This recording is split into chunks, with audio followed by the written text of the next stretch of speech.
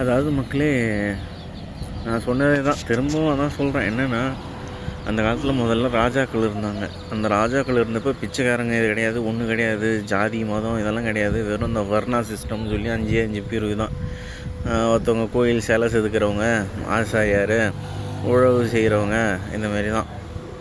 இப்போ தான் வந்து ஏகப்பட்ட இது. அதெல்லாம் இல்லாமல் பார்த்திங்கன்னா, முதல்ல ராஜாக்களை கொண்டுட்டானோம். பிரிட்டிஷ் வந்துச்சு, எல்லாரையும் சுட்டு தள்ளிட்டானோ. நம்ம கத்தி வச்சு சண்டை போட்டோம், வேலைக்கே ஆகலை. அது இல்லாமல் உள்ளேயும் ஆளுங்கள்லாம் வச்சு போட்டு தள்ளிட்டானோ. இப்போ என்ன பண்ணானுங்கன்னா, அடுத்து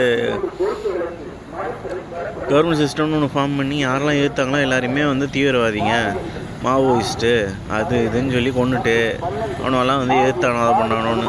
ஏன் அவனுங்களாம் எதிர்த்தானுங்க? இந்த சிஸ்டத்தால் ஒரு யூஸுமே கிடையாது. அதனால தான், அதான் உண்மை. அதே மாதிரி அந்த காலத்தில் நாட்டாமல் இருந்தாங்க, ஜமீன்தார் இருந்தாங்க, ராஜா இருந்தாங்க, எல்லாருமே அழிச்சிட்ருக்கானோ. இப்போயும் அதான் பண்ணுறானோ. வேணும்னே நம்ம தள்ள சிஸ்டம்னு ஒன்று, அதான் கவர்மெண்ட் சிஸ்டம்னு ஒன்று சொல்லி நம்ம தாலியாக இருக்கிறானோ.